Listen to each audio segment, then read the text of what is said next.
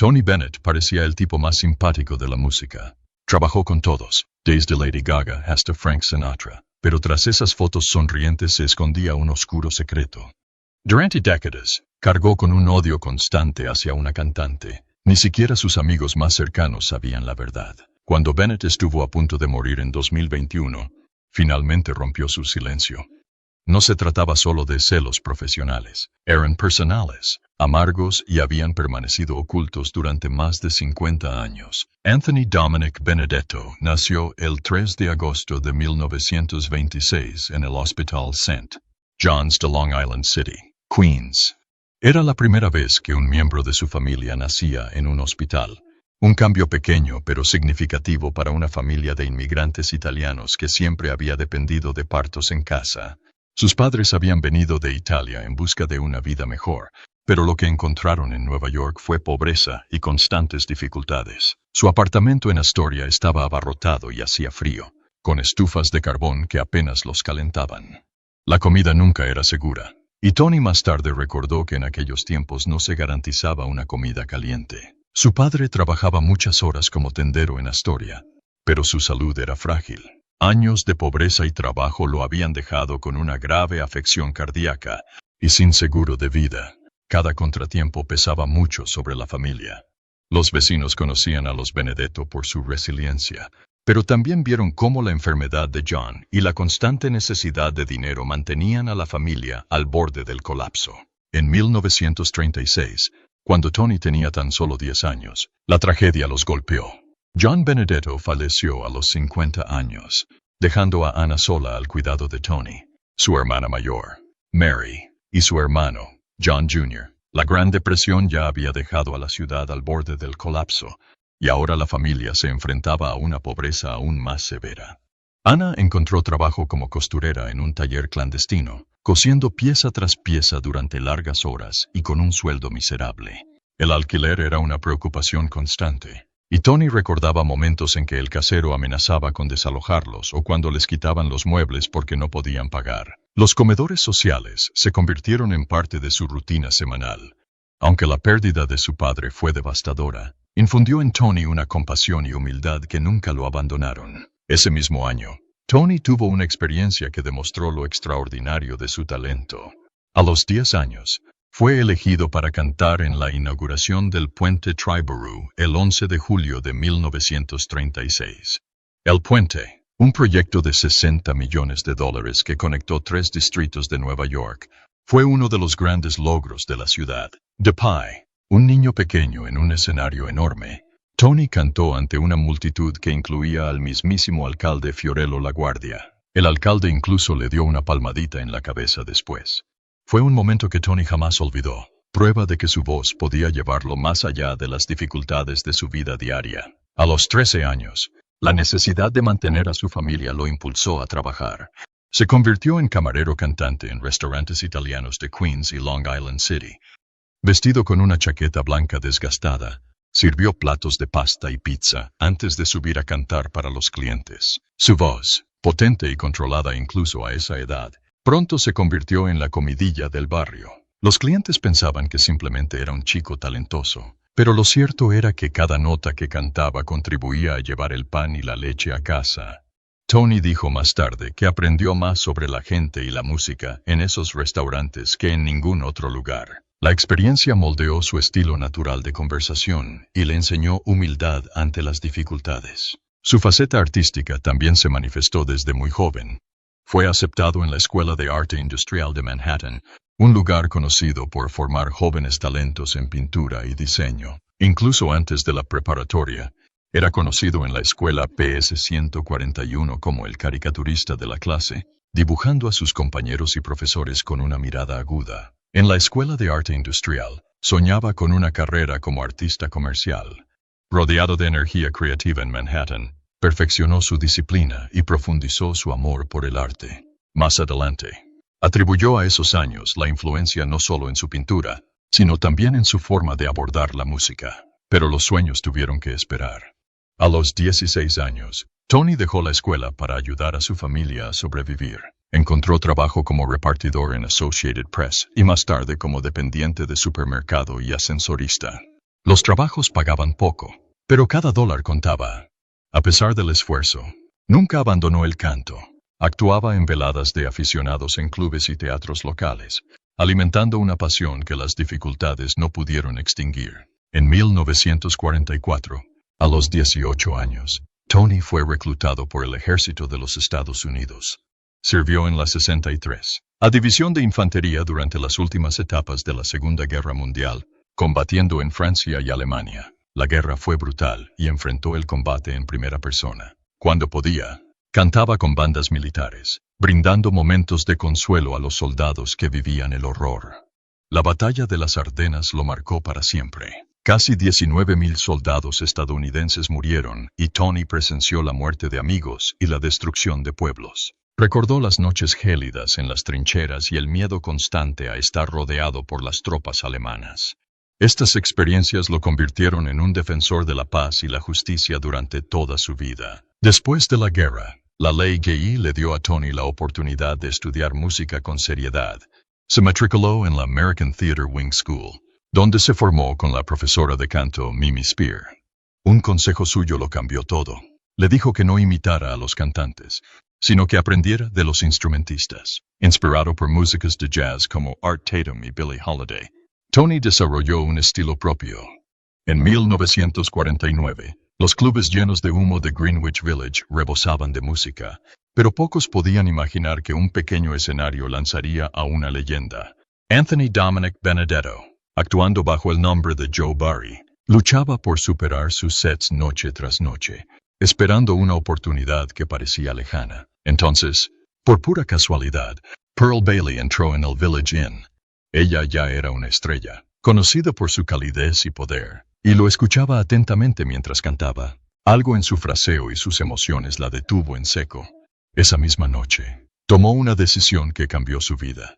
Lo invitó a inaugurar su espectáculo, presentándolo ante un público que finalmente vería lo que ella había visto en él. No fue solo un acto de bondad, sino una decisión audaz, dado el profundo descontento existente en el mundo del espectáculo después de la guerra. Pearl Bailey no solo compartió su escenario, sino también sus contactos, presentándole a personas que podrían marcar la diferencia. Esa sola noche desencadenó una serie de acontecimientos que pronto pondrían a Bob Hope en su camino. Poco después del apoyo de Bailey, el propio Bob Hope se coló en una discoteca donde Bennett cantaba. Hope era uno de los artistas más famosos de Estados Unidos, un hombre con el poder de hacer o deshacer carreras. Bennett recordó más tarde haber entregado todo su corazón a la actuación, sin saber quién estaba entre el público.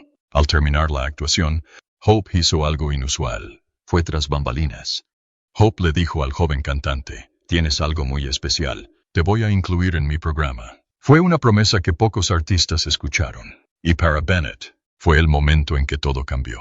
Hope lo invitó a estrenar su próximo espectáculo en el Teatro Paramount de Nueva York, un escenario donde se habían presentado grandes figuras como Frank Sinatra y Bing Crosby. Para un joven cantante recién salido de clubes de pueblo, fue como entrar directamente en la historia. Antes de su debut en el Paramount, Hope hizo una sugerencia más.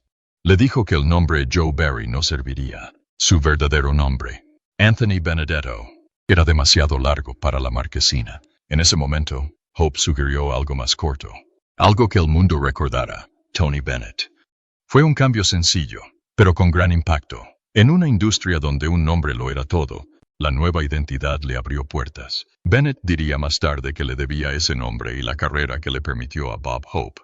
Las funciones de Paramount, a finales de 1949, resultaron ser el verdadero punto de inflexión. Miles de aficionados abarrotaron el teatro, y Bennett tuvo que aprender rápidamente a manejar el tipo de multitudes que en su día causaron disturbios por Sinatra. Admitió que era intimidante, pero también dijo que esas noches le enseñaron a controlar una actuación, a controlar su ritmo y a dominar la sala.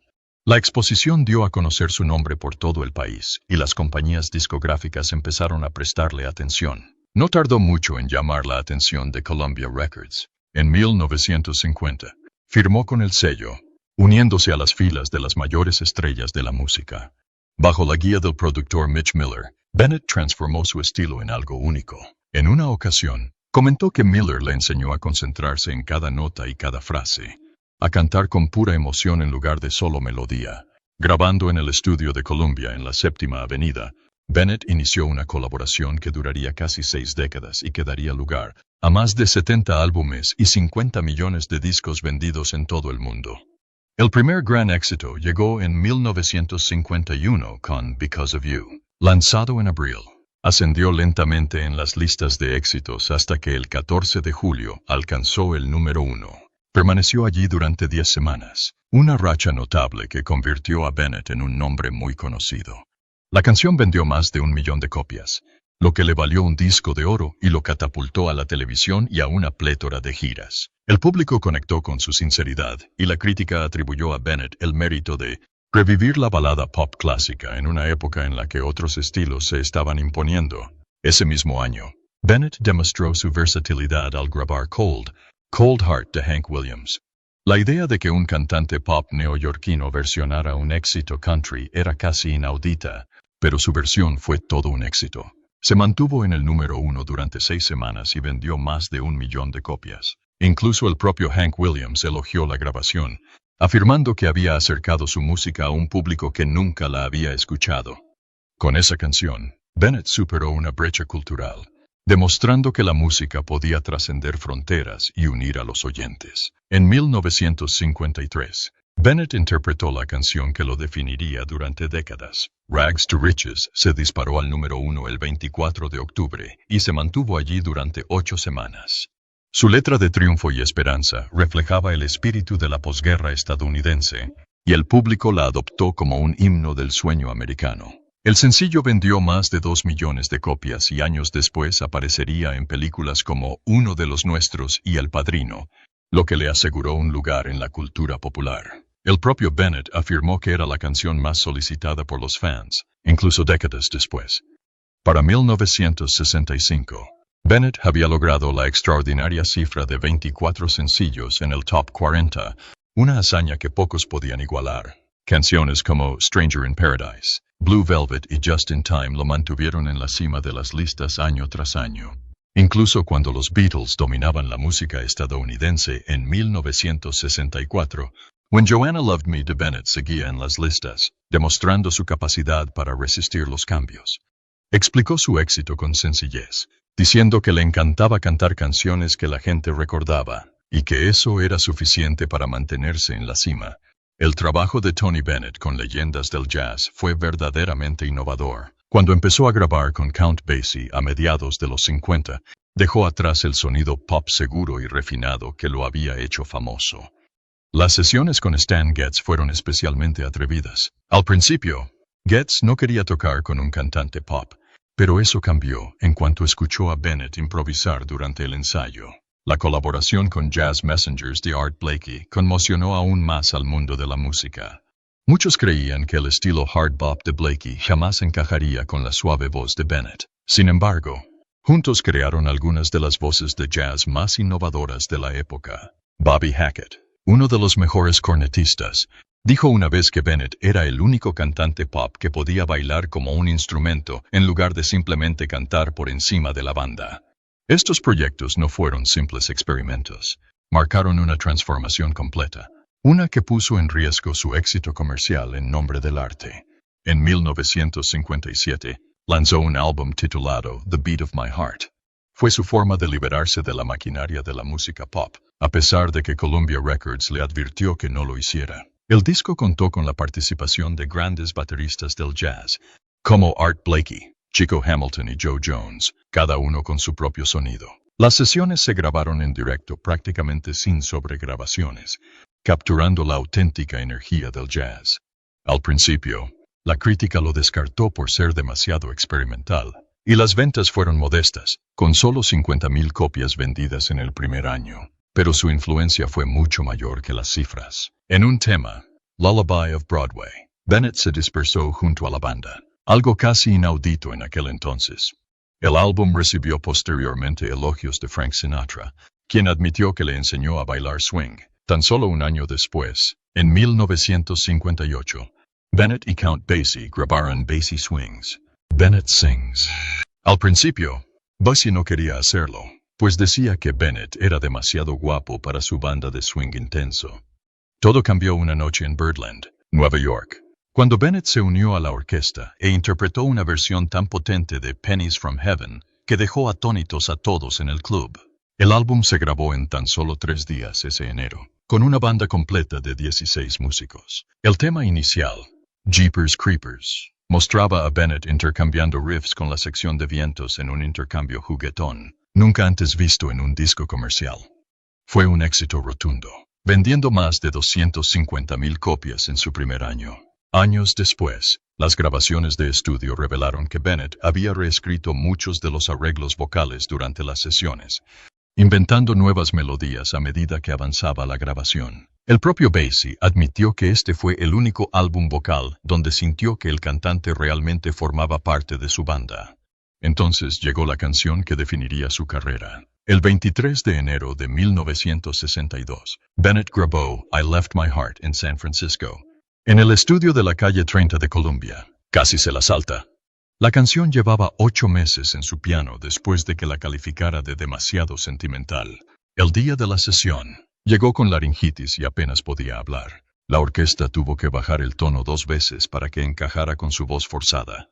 Sin embargo, en tan solo 2 tomas, ofreció una interpretación que convirtió la canción en historia. Su profundidad emocional se debió en parte a la áspera voz de ese día. El sencillo alcanzó el puesto número 19 en el Billboard Hot 100 y permaneció en las listas durante 36 semanas. Para 1963, había vendido más de 1 millón de copias y le valió su primer disco de oro. Ganó 2 premios Grammy, incluyendo el de Disco del Año, un honor poco común para una canción con influencias del jazz en aquel entonces. En 1969, San Francisco la adoptó como tema musical oficial de la ciudad. Pero el mundo de la música pronto cambió, y con él, la suerte de Bennett. La llegada de los Beatles en 1964 marcó una nueva era. El rock dominó las ondas, y Columbia Records impulsó a Bennett a adaptarse. En 1970, publicó a regañadientes The Great Hits of Today de Tony Singh, que incluía versiones de los Beatles y una portada psicodélica que desentonaba con su imagen. El proyecto fue un desastre. Admitió que se sintió mal físicamente solo grabándolo. Los fans del rock lo ignoraron. Su público fiel lo odió, y él quedó a medio camino. Sus ventas de discos, antes tan buenas, se desplomaron al ser relegado a un segundo plano en un mundo que clamaba por algo nuevo. Su vida personal no fue menos turbulenta. En 1952, Bennett se casó con Patricia Beach, una estudiante de arte de 19 años. La boda en la Catedral de San Patricio de Nueva York provocó una escena extraña en el exterior. 2,000 mujeres vestidas de negro con velo, de luto como en un funeral. Pronto nacieron 2 hijos, Danny en 1954 y Day en 1955.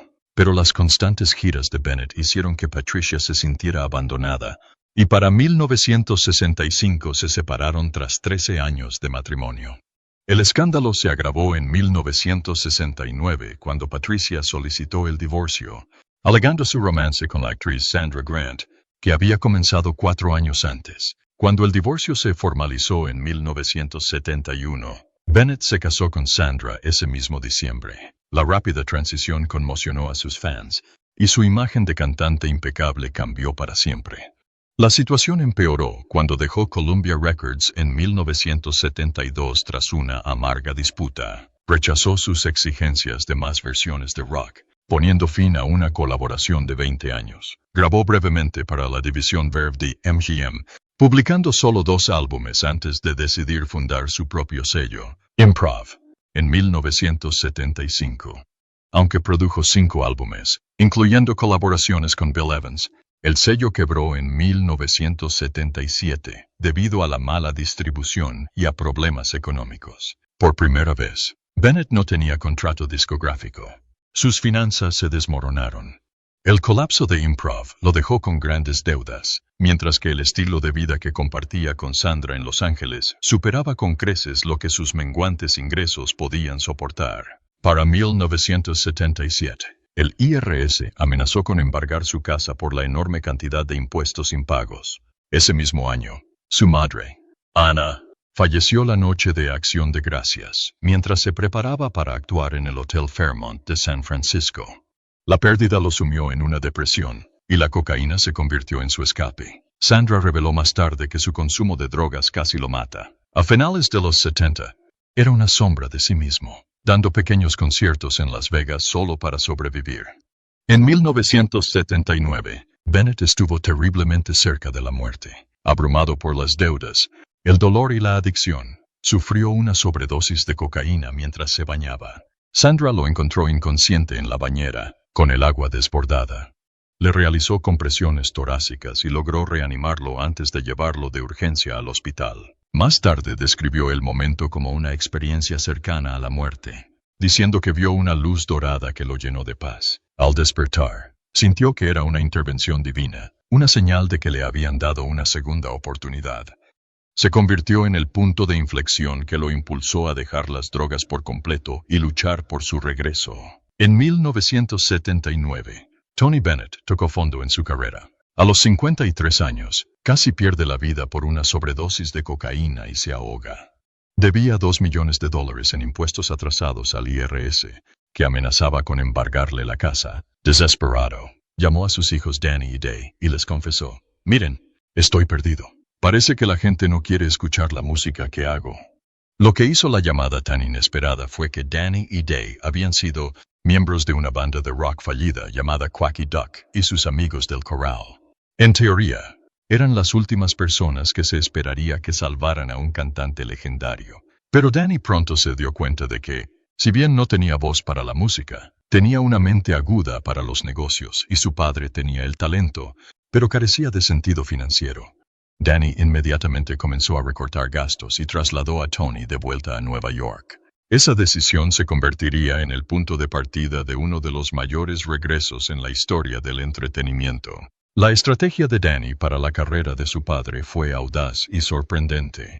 En lugar de seguir las tendencias populares, alejó a Tony de la imagen obsoleta de Las Vegas. Lo contrató en universidades y pequeños teatros, llegando a un público más joven que nunca había escuchado música americana en vivo. En 1986, Danny trajo a su padre de vuelta a Columbia Records, el mismo sello que lo había despedido en 1971. Pero esta vez, Tony tenía pleno control creativo. El primer álbum de este acuerdo, The Art of Excellence, se convirtió en su primer disco en las listas de éxitos desde 1972. Danny también estableció colaboraciones con socios inesperados, incluyendo bandas de rock como los Red Hot Chili Peppers, lo que le abrió las puertas a públicos completamente nuevos. Para 1990, la deuda con el IRS estaba totalmente saldada y la carrera de Tony Bennett estaba firmemente encaminada. Incluso durante sus dificultades en la década de 1970, Tony nunca dejó de explorar su amor por el jazz. Trabajó en estrecha colaboración con el pianista Bill Evans y lanzó el álbum Tony Bennett Bill Evans en 1975. El disco mostró una faceta de Bennett que pocos habían visto antes, con la delicada interpretación de Evans, que dio vida a algunas de las interpretaciones más reflexivas y refinadas de Tony. Su conexión fue tan fuerte que volvieron a grabar juntos en 1977. La crítica elogió estas sesiones por su honestidad e intimidad, a pesar de que no tuvieron buenas ventas en su momento. Bennett también actuó con grandes del jazz como Ruby Braff y George Barnes, y estos proyectos, aunque ignorados entonces, serían reconocidos posteriormente como algunos de sus mejores trabajos. En 1994, a los 68 años, Bennett sorprendió al mundo de la música al aparecer en el programa Unplugged de MTV. El programa era conocido por sus actuaciones grunge y alternativas, no por los cantantes clásicos, pero la actuación se convirtió en el segundo episodio con mayor audiencia de la historia del programa. El álbum en vivo fue disco de platino, con más de 1 millón de copias vendidas, y en 1995 ganó el premio Grammy al álbum del año. Fue apenas el cuarto álbum en vivo en la historia en obtener ese honor. La actuación incluyó duetos memorables con Katie Lang y Elvis Costello, y cuando Bennett le dijo al público, «Hagámoslo sin micrófono», la crudeza de su voz capturó a la perfección el espíritu del espectáculo. Fuera del escenario, la vida personal de Bennett dio un giro sorprendente. En 2007, se casó con Susan Crowe, una mujer 40 años menor que él. La relación fue casi falsa. Conoció a sus padres en la década de 1960, cuando su madre estaba embarazada de Susan. Se conocieron en la década de 1980, tras un concierto cuando ella tenía 19 años y él casi 60. Posteriormente, ella se convirtió en presidenta de su club de fans y tras 2 décadas de noviazgo, se casaron en una ceremonia privada en Nueva York el 21 de junio de 2007. En ese momento, Bennett tenía 81 años y Susan 48. Él admitió que al principio la diferencia de edad había sido difícil de ignorar, pero dijo que pronto se dieron cuenta de que compartían tantos intereses que ya no importaba. Ella permaneció a su lado durante sus últimos años y lo cuidó tras su diagnóstico de Alzheimer. En 2006, al cumplir 80 años, Bennett lanzó Duets, un clásico estadounidense. El álbum debutó en el tercer puesto de la lista Billboard 200, vendiendo más de 202,000 copias en su primera semana. El disco contó con la participación de Paul McCartney, Elton John, Barbra Streisand, Stevie Wonder, Billy Joel, Bono y Tim McGraw. A diferencia de muchos álbumes de duetos, Bennett grabó cada canción en persona con sus colaboradores. El álbum demostró que los estándares estadounidenses aún podían brillar en el mundo de la música moderna. 5 años después, en 2011, Bennett lanzó Duets de V-Chain, So St. Trons. A sus 85 años, se convirtió en el artista vivo de mayor edad en debutar en el número 1 del Billboard 200. El álbum vendió 179,000 copias en su primera semana e incluyó actuaciones con Lady Gaga, Mariah Carey, Norah Jones, John Mayer, Aretha Franklin, Carrie Underwood y un dueto póstumo con Amy Winehouse. Fue la última grabación de Winehouse antes de su muerte, y su versión de Body and Soul fue profundamente conmovedora. Danny calificó el éxito del álbum como histórico, demostrando que su padre nunca había perdido su fuerza artística. En 2014, Bennett y Lady Gaga volvieron a colaborar para Cheek to Cheek. A los 88 años, consiguió otro álbum número 1 con 131,000 copias vendidas en la primera semana. El proyecto estuvo repleto de clásicos del jazz de compositores como Cole Porter y George Gershwin. Su gira y el especial de PBS Cheek to Cheek Live se convirtieron en eventos culturales, y el concierto en el Lincoln Center fue el primero en transmitirse en 4K. El álbum produjo 2 sencillos número 1 en la lista Jazz Digital Songs y demostró que el jazz aún tiene un lugar en la era moderna. A lo largo de su carrera, Bennett ganó 20 premios Grammy, incluido el premio a la trayectoria en 2001. Fue el único artista en ganar premios Grammy en un lapso de 50 años, comenzando con su victoria en 1962 por I Left My Heart en San Francisco y continuando hasta su último Grammy en 2022 a los 95 años. Esa victoria fue por Love for Sale, su segunda colaboración con Lady Gaga, que ganó el premio al mejor álbum vocal pop tradicional.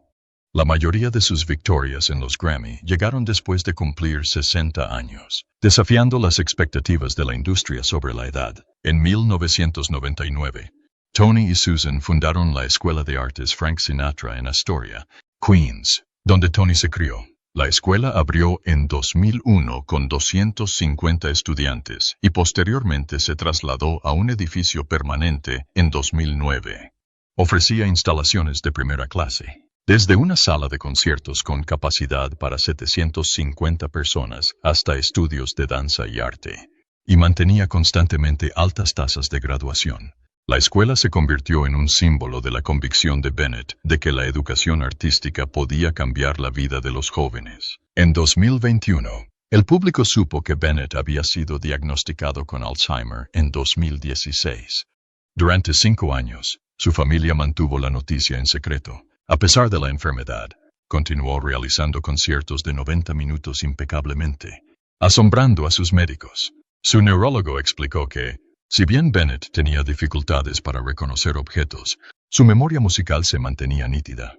Lady Gaga reveló más tarde que siempre le había disgustado la representación que Martin Scorsese hacía de los italianos en sus películas, a pesar de que Scorsese había usado su música en clásicos como Uno de los Nuestros. Ese mismo año, Bennett lanzó su último álbum, Love for Sale, a los 95 años. Fue un homenaje a Cole Porter y lo convirtió en la persona de mayor edad de la historia en publicar un álbum con material nuevo.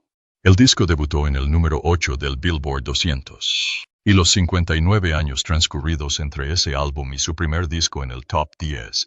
En 1962, establecieron un nuevo récord. Las sesiones fueron emotivas, y Lady Gaga lloró al ver a su amigo cantar con fuerza a pesar de su enfermedad. El 21 de julio de 2023, Tony Bennett falleció pacíficamente en Manhattan a los 96 años, apenas 2 semanas antes de cumplir 97 años.